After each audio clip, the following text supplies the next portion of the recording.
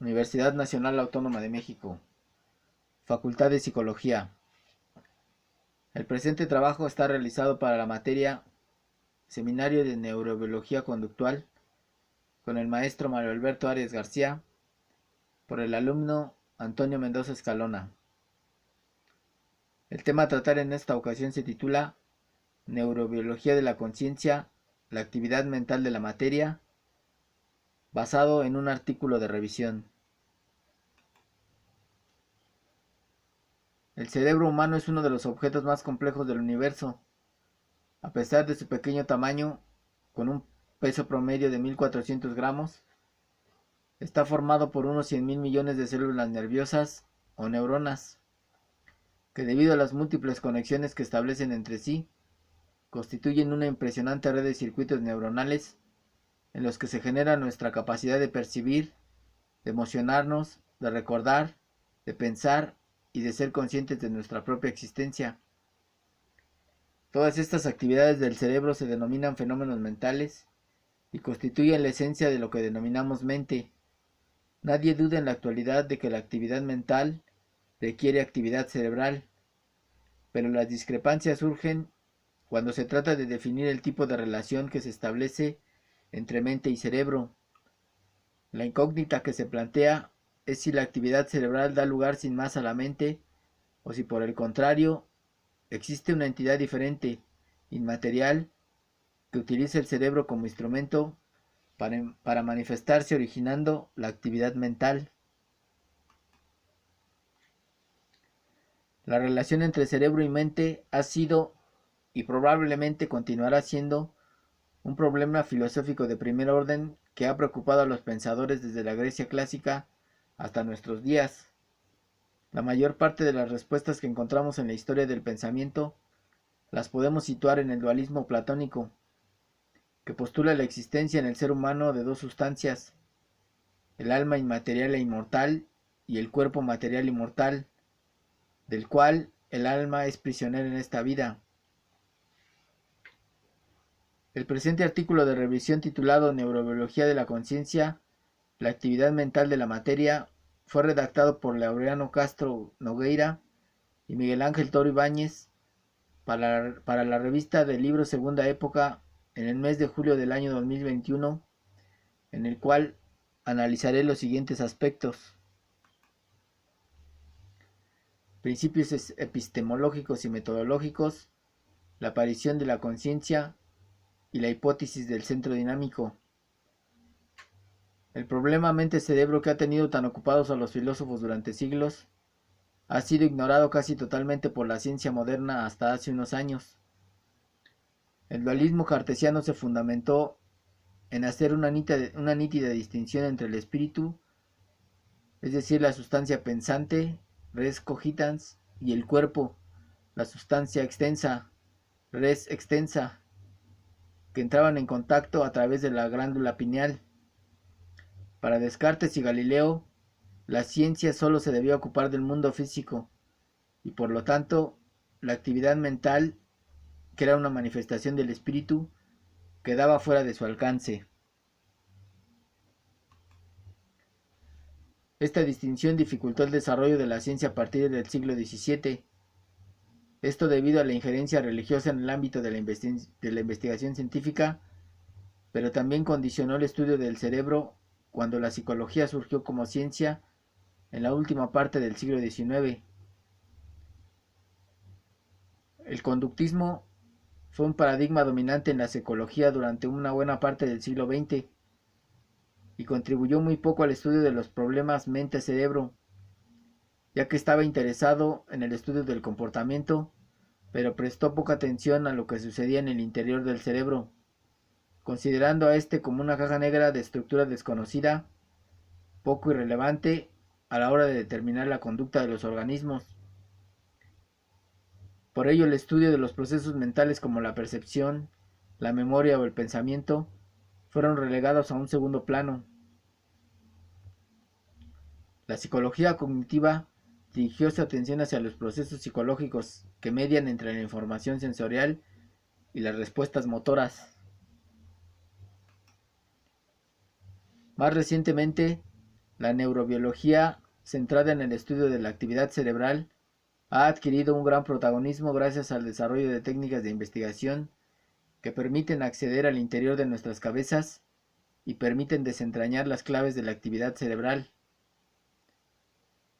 Algo especialmente decisivo para el progreso de la investigación en la neurociencia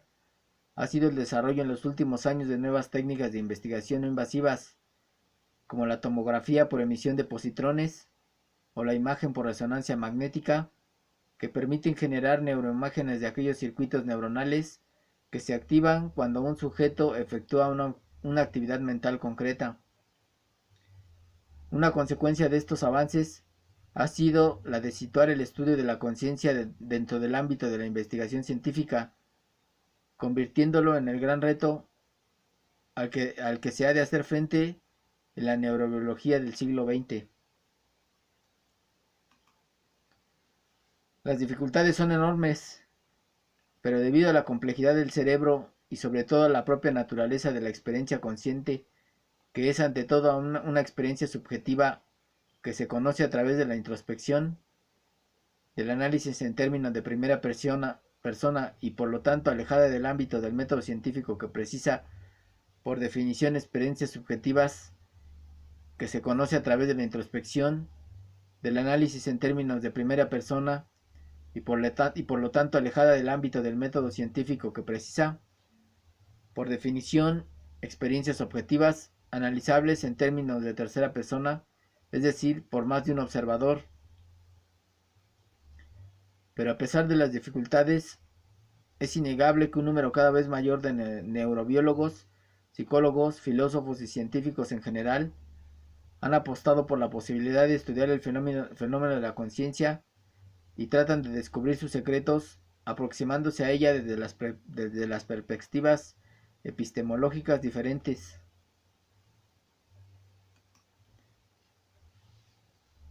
El primer problema que se encuentra al hablar de conciencia es su definición.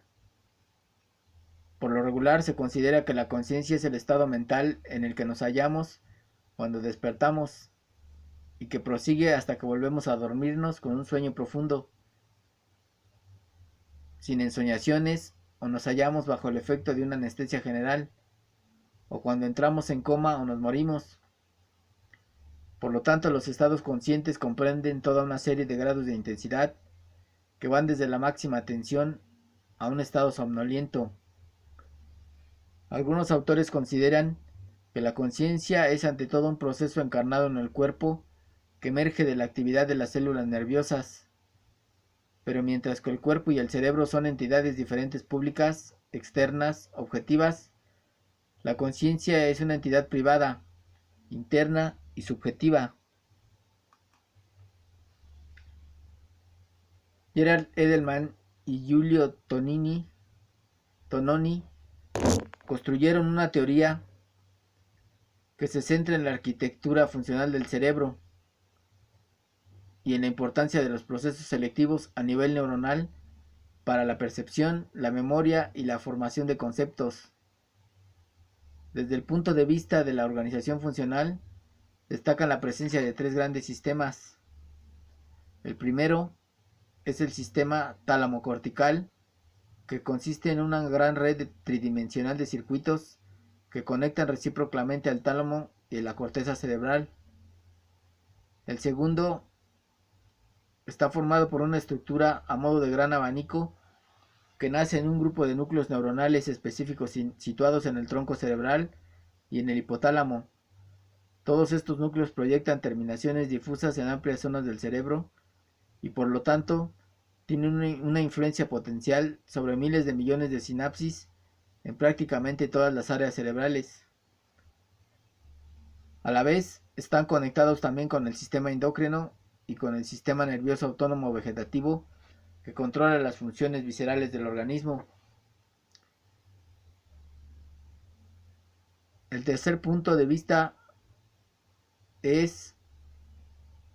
que este sistema se conecta mediante haces nerviosos paralelos a la corteza cerebral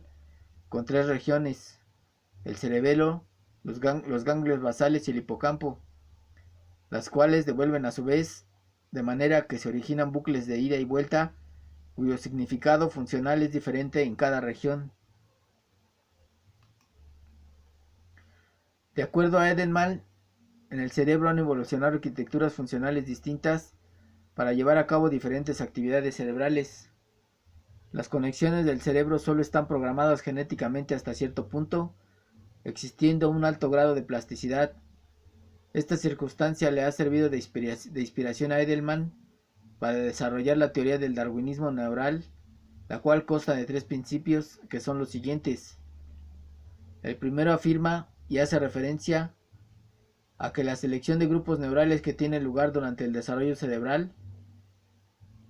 que son las neuronas, se extienden aleatoriamente sus acciones y sus prolongaciones dendríticas, formando complejísimos árboles sinápticos y un inmenso conjunto de circuitos. El segundo principio afirma que el proceso de selección sináptica, inducido por las diferentes experiencias conductuales de los individuos, provoca el fortalecimiento de determinados circuitos frente a otros en los grupos neuronales. Y por último,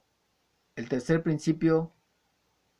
afirma que la reentrada de las señales que produce entre grupos neuronales distintos es consecuencia de la especial arquitectura funcional que conecta masivamente y de manera recíproca múltiples áreas del cerebro y sobre todo las áreas del sistema tálamo-cortical. Edelman y Tononi desarrollaron una hipótesis a la que llamaron la hipótesis del centro dinámico, en la cual existen dos modalidades de experiencia consistente: la conciencia primaria, que surgió antes filogenéticamente y está presente en otras especies animales además de la nuestra, y la conciencia de orden superior, que solo la poseen los seres humanos. La conciencia primaria surgió en la evolución, según los autores, gracias al desarrollo de conexiones que permiten al cerebro integrar una escena ordenada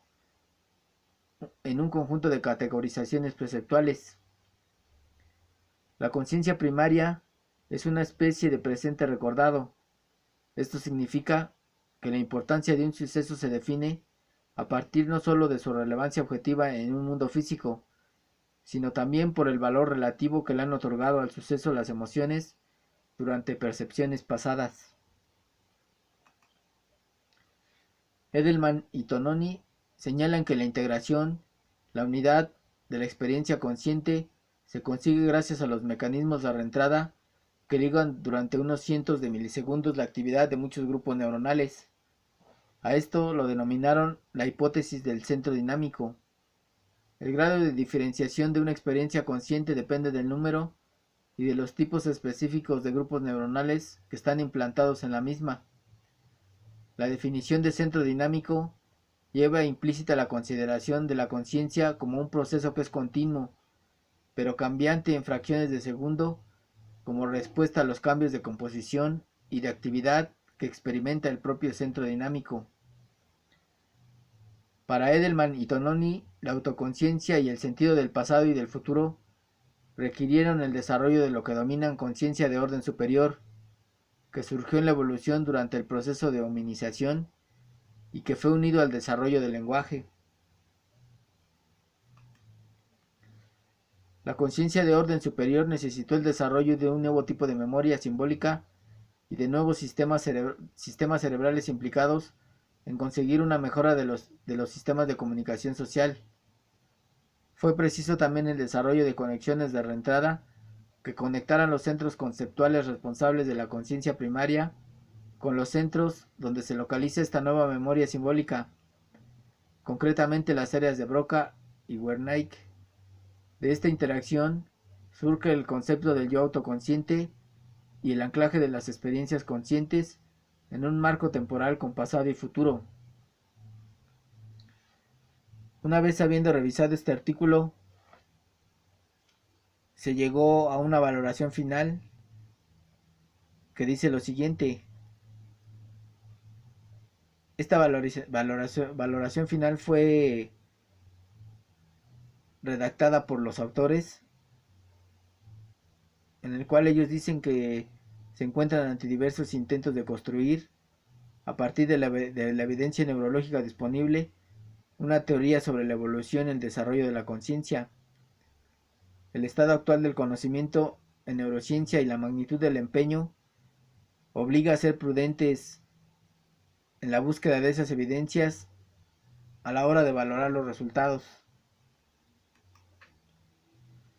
No obstante, hay datos suficientes para pensar que en un plazo razonable los neurobiólogos serán capaces de elaborar un modelo contrastado sobre los procesos implicados en la percepción, los sentimientos, el pensamiento y la conciencia. A manera de conclusión, los autores dicen lo siguiente: la conciencia está asociada con una actividad neural que no está localizada en una área única cerebral, sino que está dispersa en el sistema talamocortical y sus regiones asociadas, que para que exista experiencia consciente, muchos de los grupos de neuronas deben actuar de forma rápida y recíproca en el proceso denominado reentrada, y por último, la actividad de estos grupos neuronales deben mantenerse diferenciados. Esto ha sido todo. Muchas gracias por su atención.